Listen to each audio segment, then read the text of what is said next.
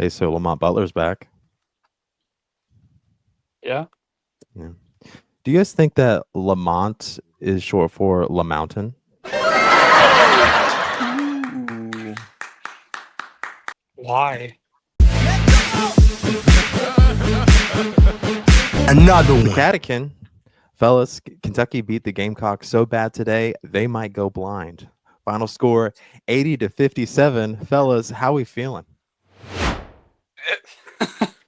Like my palms are gonna get hairy probably, but no, it was a really good get back game. You could tell from the jump, even though, golly, we can what did we start like 1 for 10 from the field. The intensity defensively was there from the jump. Started out with that I think a shot clock violation in the first possession. Guys were going after the ball. I feel like they came out and played really hard, and once the shot started falling, it kind of seemed to really start rolling for us. But great game to get back. Good to see Lamont out there, Jack's out there. Hopefully his wrist gets a little better. But yeah, overall, really good win.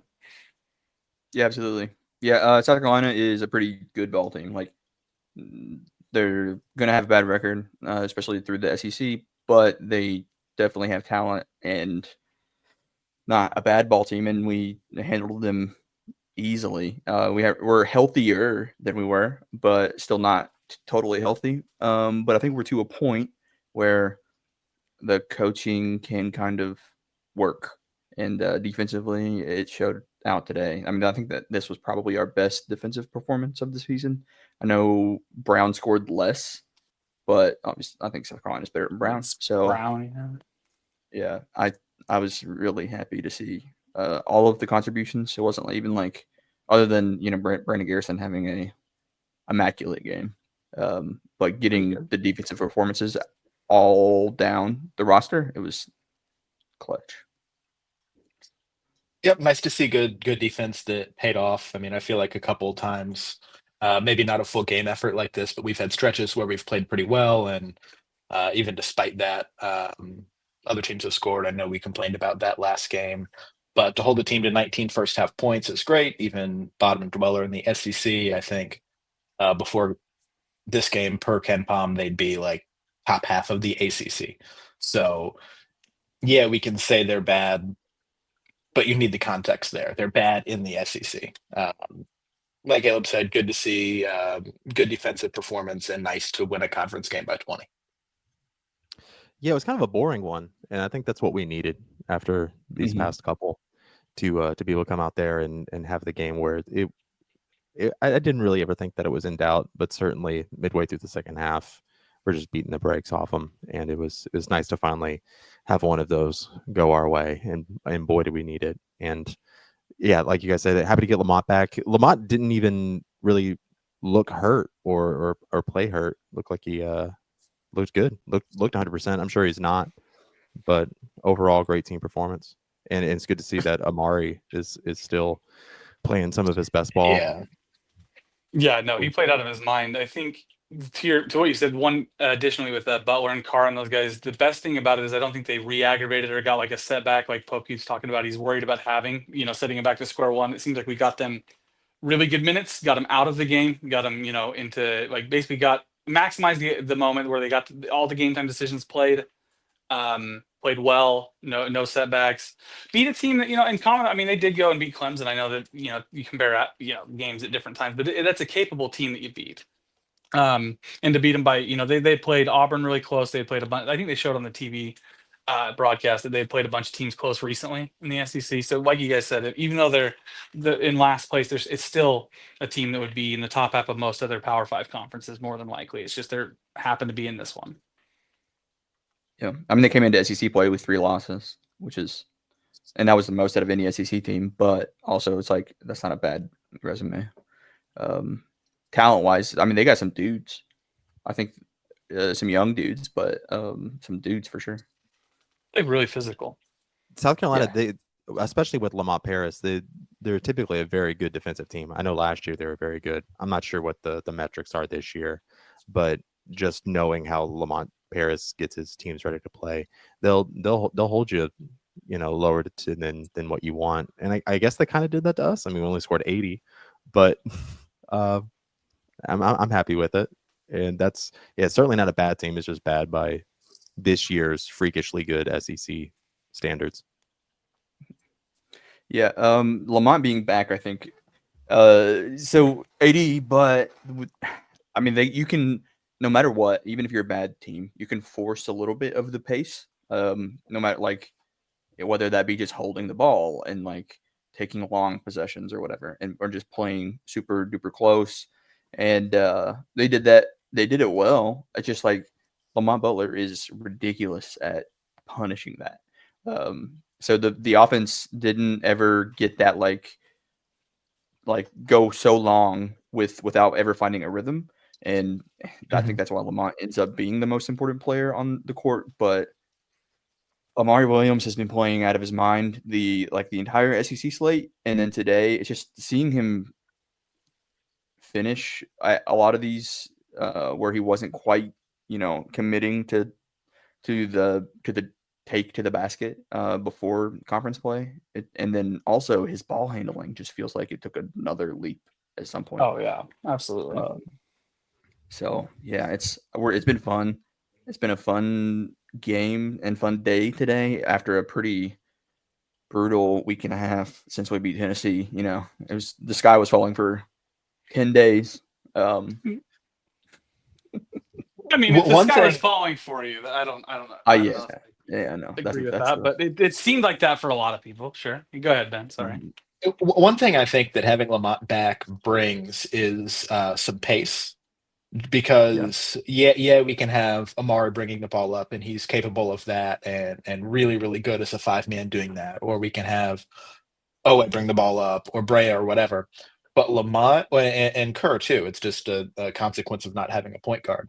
They can really, really push it effectively, which helps people get open in transition, helps with some of those transition threes, helps with some rim running type stuff. And it's just so nice to let everyone play in their natural positions. And hopefully you look back on this period where everyone was injured as, they all expanded their games a little bit. I mean, Amari wasn't bringing the ball up like that before he had to. Right. Jackson obviously did some last year, but he wasn't doing that for us. So hopefully that just turns into versatility when it comes to crunch time. But also hopefully we stay healthy. It's just so nice to see these guys back. And now it doesn't have to be wishful thinking of getting the guys back and healthy with Amari playing this way. Now it's like the roadmap is ahead of you. Like this can happen. Like we're not just being sunshine pumpers or or coping. Like this could be something come a month from now when the tournament starts. Absolutely. And you think about, like, you talked about the sky falling last week. Like, this is still the same team when healthy that beat Duke. They talk about Duke and Auburn being the best two teams. Auburn just lost to Florida. I mean, it's not that the margin for error is so low from being elite to having a good to great to elite, right? Like this team has all the pieces when healthy to do as much to hang banner number 9. Like they don't shy away from that. That was obviously a rough week, and 4 out of 5 is never fun, but in a league like this with 2 point guards missing, it throws off all the rotations, everything. Even just, we don't force a lot of turnovers, so the pace that Lamont can bring off of missed shots is huge to get the transition going, because we don't get, I mean, I don't know how many turnovers we forced today, and it was more than we had, I think. At least it felt like it. But we're not typically getting the ball off turnovers and having live ball turnovers for run out possessions. So taking the ball off the rim on the rebound or out of bounds with Kerr and Butler was like a huge part of the early season success for us. And I think going away from that hurt us a lot. And so it was nice to see that today, like you said. Turnovers were 9-9. I felt like we had just some sloppy turnovers. It wasn't necessarily that they were forced. Just some bad passes. Lamont had the one where he sort of went up for the 3. BG turned his head. Lamont tried to pass it to him out of bounds. I know Amari had one that sailed over Brea's head out of bounds. Just some unforced errors. But that's good, because we were having forced errors in other games. So I'd rather have these seem easier to clean up. Sure. Points off turnovers went really well for us. We won that battle 14-6. 14's really good off of 9. It's not Yeah. bad. Well, and we actually in almost every phase of the game just outplayed them. More field goals on very similar attempts. Double the number of threes we made on the same number of attempts. Only missed 1 free throw. Out rebounded them. Bench points 39-4, points in the paint 44-26. Really, we just played pretty well, and people feel like we don't, because when they see those turnovers, they get angry. What an unforced error! But like, if you can make those and still win in this way, that's great. That's, to me, more encouraging than anything. Yeah, no, I thought we took care of the ball fine. I just thought we don't force a ton of them to get like fast break points off of. So it was kind of a nice thing to see. But yeah, we only had a couple more. The one from, who was it? Was it BG that tried that skip pass that went over his head, or was that Amari that threw that? I couldn't remember. You just said it. I can't remember who it was. But that Amari. one felt like it was. Amari. He knew it as soon as he let go, and it just slipped off his feet. It was a good idea, and it would have been a great pass if he'd landed it to him. He'd been wide open for a shot. But Otega Owe was great today, and I continue to like his game a lot. And it feels like in the tournament, you want a player like Otega Owe that plays absolutely fearless. He's still trying to yam it on people's heads, and at just any moment of a game that you're going to get an O takeover. What do you have that one where he missed the layup and stole it back and yammed it right on the kid? Like in literally a 10-second sequence. Like, no, I'm going to make it right, steal it, dunk it, and then okay, now we can go. I love that. That was so sick, dude. Like, didn't give up on it at all. Any game he's in, he plays like, whether he is or he isn't, he plays and has this approach like he is the best player on the court, and you 100%. Want a guy like that. Mm-hmm. Oh, Amari was plus 32. Yeah, ridiculous. Yeah, big plus minus numbers. I mean, I think that I don't know if he's had a negative plus minus in many games, even the losses. I mean, I don't like plus minus, but 32 is wild compared to the other numbers. And you can see Brandon Garrison negative too. Okay, whatever. Brandon played probably his best game in a month. Yeah, well, it's also just kind of it's literally dictated by the flow of what's going on at the time. Yeah. What did he get a tech for? Did they ever show that? Yeah, he did. He did the finger gun, and I saw Ansley do it on the sideline after, so that's why I didn't know. maybe they've made that like a point of emphasis, but I want to know. I asked this on Discord, kind of sarcastically, but like, where did they draw the line with firearm-related 3 celebrations? Was Jamal Murray's bow and arrow thing inappropriate? I don't think he ever got teed up for that. Is ice in the veins appropriate? Yeah, I mean, and that's actually the second tech on BG this season for celebrating. Although last time he just yelled "and one," which seems pretty routine, and people do it in every game. I just "and one" ever, never, ever. You get an "and one," say whatever the hell you want. Yeah, I mean, I just don't get it. It's no fun. Yeah, I blame Roger. They gave Amari a stern talking to after he just stared the guy down. He can't look in. He can't look at anything. And it's, what do you want? I mean, we got to get out of his last height. Tell him to move out of his eye line. He's just looking that way. He's not staring at anybody. These guys are better men than me, because if I were that size and was able to do that on a basketball court, I'd be doing the most egregious things you've ever seen in your life. Until somebody does it to you, and then you just realize, like, we're not going to do it to each other, kind of deal, probably.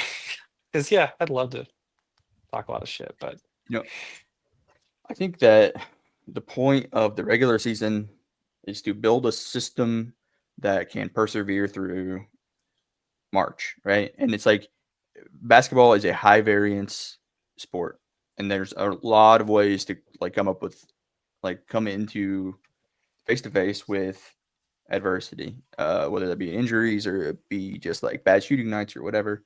So you want to build this system that works and is flexible and can kind of just work even when things aren't going the way that they were originally intended to go.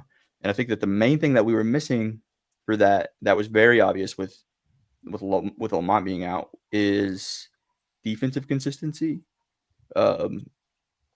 We needed a few more dudes to show up and like make defensive plays.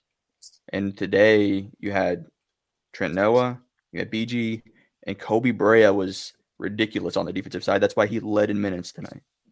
Kobe guarded his ass off. You're right. He really did. Yeah, it's like you could watch. I mean, defensively, it's just, I didn't think it's harder to like understand what like defensive ball in general.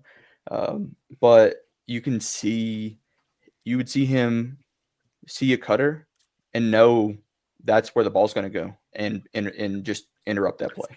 And he was doing that kind of stuff today, and it was just amazing. He even had once where he just put, his back was to the ball. He saw where it was and put his hand up and deflected it, like almost like a no look deflection. Yeah, They no had look a- pass was to BG. Yeah. It's like they practiced that. The lob, On- Kobe's lob to Amari too. That was Yeah. sweet into the end one.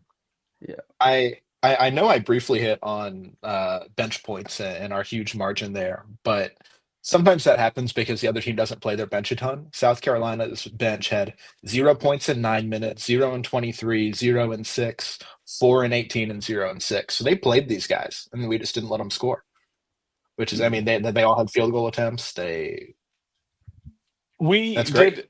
We had a huge adjustment. It felt like, and I'm excited to see it in the next game to see. But it felt like we and I touched on it in the broadcast. We overhelp a lot as a defense, and we get burned on 3-point rotation passes. It's absolutely destroying us, and it's why like teams are just getting wide open shots and looks. And they didn't. It was way different today. The different help style, the different like the defense in general just felt different today. I'm gonna have to go back and watch and like break down some things. But South Carolina is not by any means a great offensive team, but they're not being held to 57 points every game, especially by a team like us that's been giving up 100 points damn near at times, So it was good to see the intensity, and I like the adjustments. And I think getting guys, Lamont Butler gets over screens and around and guards the ball up top better than anybody in college. I'm telling you that it's incredible how well he moves his feet, and he didn't blow any tires on the offensive end today. No falling down, no hard hits in the shoulder. So More so than win-win for that guy. more so than even just his actual playing Lamont Butler and what he brings to the table while he plays defense. It's the intensity that he brings, which is contagious to the rest of the guys. So when the guy standing next to you is playing his ass off on defense, that's going to be infectious to the rest of the guys who is like, well, he's doing it. Let me do it too. And our offense works is the most efficient our offense works is when it's coming off of a defensive made play.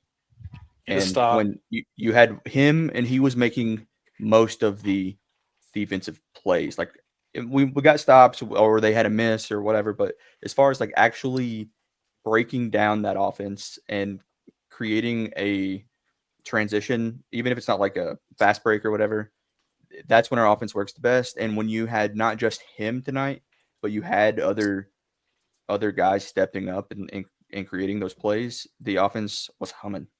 Trent Noah, I think I don't know. First off, it would have been disgusting if he would have been in red tonight.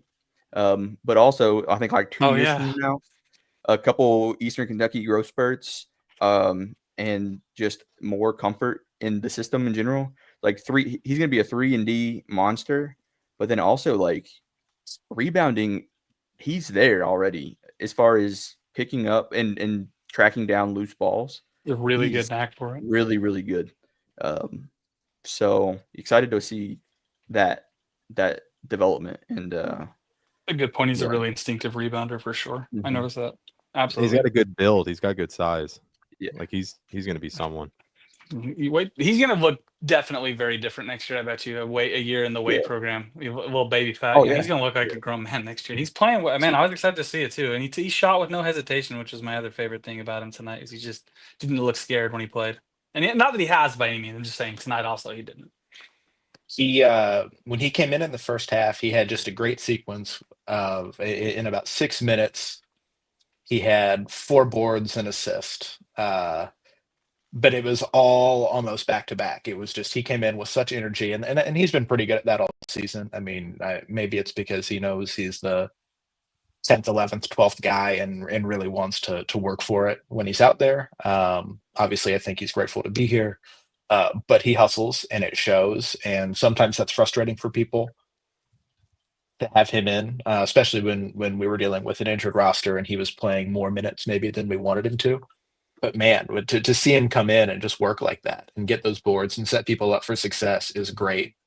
Plus, we know he can shoot, which is, I think long term, he is going to be great for us. Yep. I have a question. That first bucket they scored, how was that a goaltend when it was blocked twice? Like they confirmed it. Am I like stupid with that rule? Like, cause we got a hand on it first, and then it went off the glass, and then we blocked it again. It was still confirmed a goaltend. Am I dumb? Like, I've never seen that. Because it feels like a tipped pass. You could like hit the receiver or whatever in football because there's gonna be no PI. It already got touched. Do you guys know about that? I have no My, idea. my thought was it would be like almost like you kept it from being an own goal, but you still kept it from being a goal. Okay. Potentially, I mean, I see what you're saying, but that's the only way I can make sense of it. I don't know the rule book there, but And then that the was other what one was worked in my how head. the hook and hold they called against Carr. Or, well, they reviewed it to see if Carr got pulled down. Like, how are you going to review something and then like confirm that it's a foul on Carr? Like, he either got pulled down and it was like egregious, or he got fouled, right? Like, how is it then a foul on Carr? These Well, SEC refs are wild to me, dude. It's different than watching other basketball. I'm telling you, they either let it go all the way or they have like the most ticky tack stuff. So I was just curious what you guys. they think. are stupid. Like that's the problem. Is they are Okay. really, really dumb. Well, Now I know that. Now that makes sense. Yeah. Now. the thing I don't understand though is like refs are national now. Like these aren't just. It's not like the SEC has their own team or their own teams They don't of have their own refs crew. like they do in football. No, it's. I mean, these guys do I hear a lot of all Southern these accents. conferences. So it's. I hear a I lot didn't of know Southern that. accents every time they go to the monitor. So they're at least getting them from down here somewhere. Give me a Utah guy. Hey, what does that sound like? I don't know. What's a Utah accent? Rural, probably. Is it like the South Park thing? Do you got to go down that road? Is it like that? No, it's more like bland, white, Mormon. I don't know. It's cold there. Well, I mean, do we have anything else we want to cover on this one? We got some Tennessee thoughts. I think all feel right in the world. They can go get the Tennessee win at home. I think we're back, and the fan base in general will feel back. And it's again a great matchup. I love the matchup with Tennessee and I with the love the healthy matchup Lamont. too, but an unhealthy Jackson. Like I think the matchup works really well because Jackson matches up really well. But I then think it's like I'm not you'll sure be- what's going on with the wrist. I wouldn't worry too much. Okay. I think it'll be okay.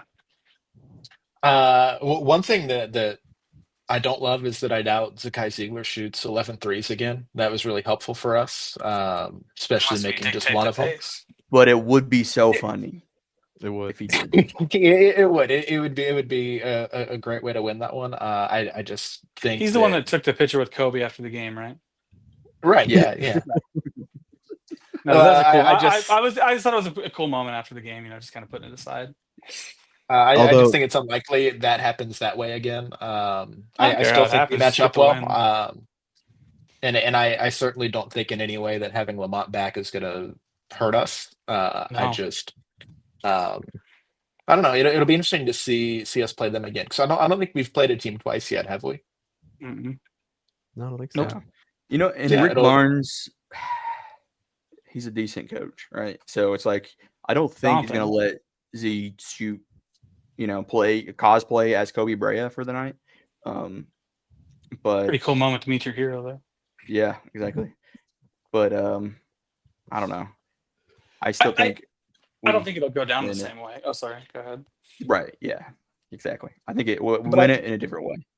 I think that it's still going to be a defensive slugfest where they just don't score the ball well. That's not just against it. They just don't score it well. So maybe somebody does go 1 for 11. I don't know. But I think that having Butler back doesn't hurt your defense by any means. It definitely facilitates the offense, make the rotations better. Yeah. We beat them and shut them down without that. And we saw what Ole Miss did to us without. They're just not a good offensive team compared to what we've been facing. I really think if they show up and play with the same level of energy they did for the most part tonight, they'll win that game against Tennessee, and it'll be right back to high expectations to really depress the fan base after the loss. It's inevitable after that because it's basketball. But we'll be back for a little bit. We have Lamont back now. We have the new Amari Williams.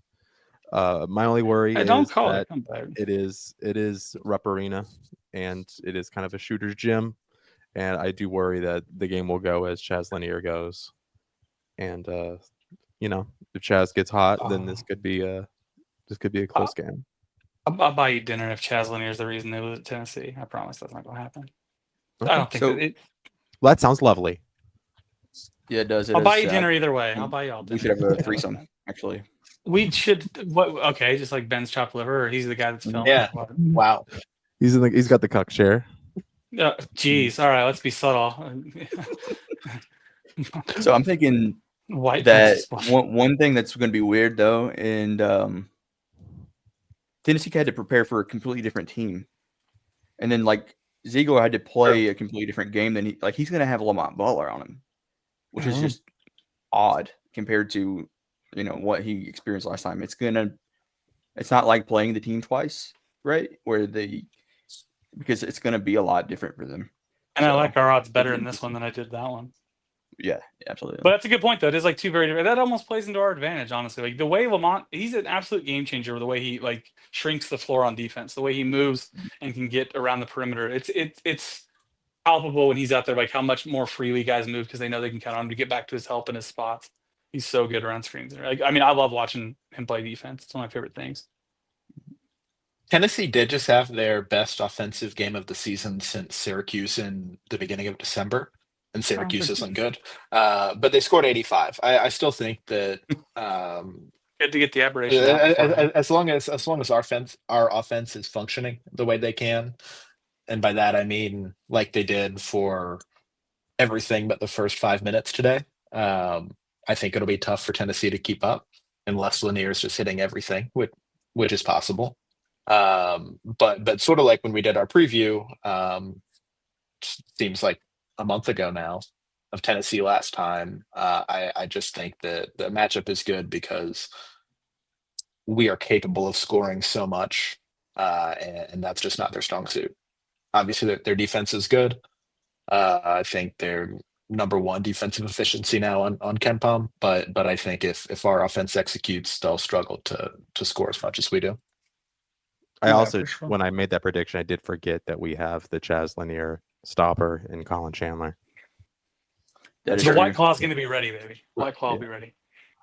That is true. Championship. God, I need chest. one of those threes to go down today. I was really hoping for him, Me too. I really wanted it. I feel like that would have kind of, because defensively, over this bad stretch, even like defensively, he was a pest, and that was fun to watch. So, well, we'll see. I think I just feel like at full strength. I know I said this like several games ago that like we have offense figured out, because we're running the offense even though we're playing against tougher opponents now. But I still think at full strength we are elite offensively, and also it's like just trying to figure out the defense, and it feels like we have more versatility when it comes to defense because we have a few more dudes that are able to make plays. I don't know what they did in practice this week, but something clicked with a few of the players because I'm sure it was a like systemic change, right? Because it was night and day difference tonight compared to usual.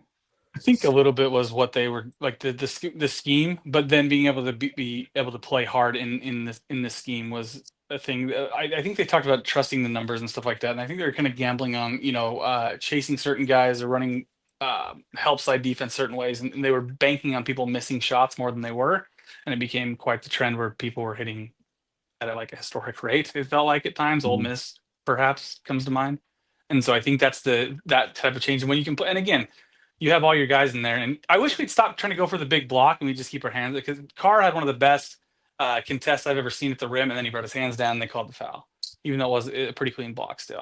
We try to go for like the volleyball swat too often. We could contest a little better and not get the foul, but I like where our effort was though today. It was better than it's been.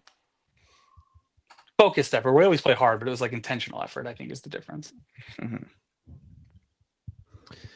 All right, fellas. Anything else before we head out of here? You think Kendrick plays Not Like Us tomorrow night? Yes. Oh, yeah, He for has sure. to. He has to. He might even say, like, I don't know, the president's going to be there. I feel like if there was any person on the planet who could be playing in the halftime show that would say something, it would be Kendrick Lamar. So be fun to I think watch. it's good. Yeah. All right, They're gonna boys. deport us. They're gonna deport him. Thank you for joining There the you go. Catechin. I'm Jared. For Kale, Ben, and Braden, go Cats. Go Go Cats. Cats.